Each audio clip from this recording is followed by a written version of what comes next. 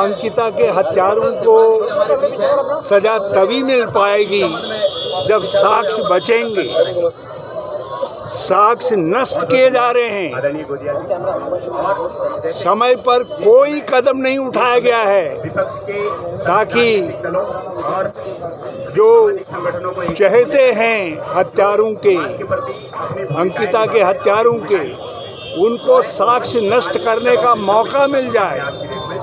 गिरफ्तारी में देरी हुई,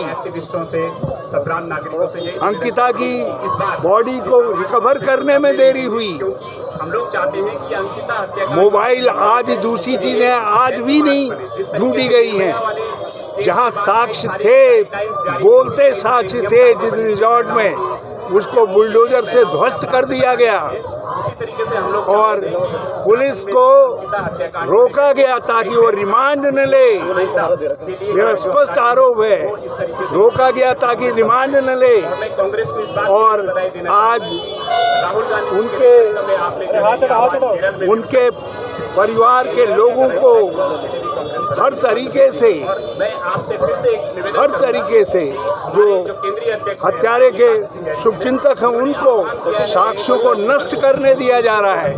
न्याय की आशा कमजोर हो रही है दिन प्रतिदिन जो है, इसलिए सारा उत्तराखंड आक्रोश व्यक्त कर रहा है, सामूहिक रूप से कर रहे हैं, राजनीति से ऊपर उठ करके कर रहे हैं। कल कांग्रेस के साथियों ने कुछ प्रोग्राम बनाया है और हम यहाँ से लेकर के उत्तराखंड बंद तक पहुँचेंगे और वहाँ भी यदि काम नहीं चलेगा तो मुख्यमंत्री के घर पर हम लोग कब्जा करने के लिए न्याय की अपेक्षा में जो है वहाँ तक पहुँचेंगे। और ताकि न्याय के लिए उत्तराखंड लड़ रहा है, ताकि किसी दूसरी बेटी के साथ कोई धन पशु इस तरीके की हरकत न करे, हमारी गरीबी, हमारी विपन्नता का कोई फायदा न उठाए, हमारी मजबूरी का फायदा न उठाए, उसके लिए सीबीआई की जांच की मांग इसीलिए करे कि इसमें हाई प्रोफाइल व्यक्ति किसी को बचाने की कोशिश हो रही। जिस जल्दीबाजी से डोजर चलाया गया, जैसे वहां आगजनी की गई, सबूत मिटाने की कोशिश भी, और पुलिस के सबसे बड़े अधिकारी और उसके लड़की के पिता की कन्वर्सेशन, जो टेलीफोनिक कन्वर्सेशन थी, उसको किस नियत से टेप किया गया और किस तरीके से उसको सार्वजनिक किया गया, ये भी जांच का विषय होना चाहिए। ये भी एक पहलू है देखने का।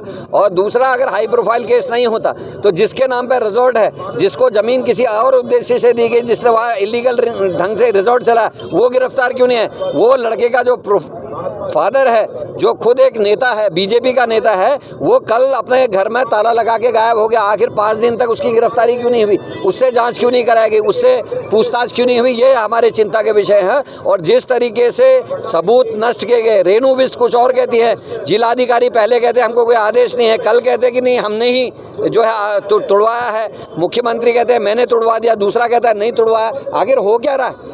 अंकिता के बिस्तर को स्विमिंग पूल तक कौन ले गया? किसने अंकिता के कमरे को तोड़ा?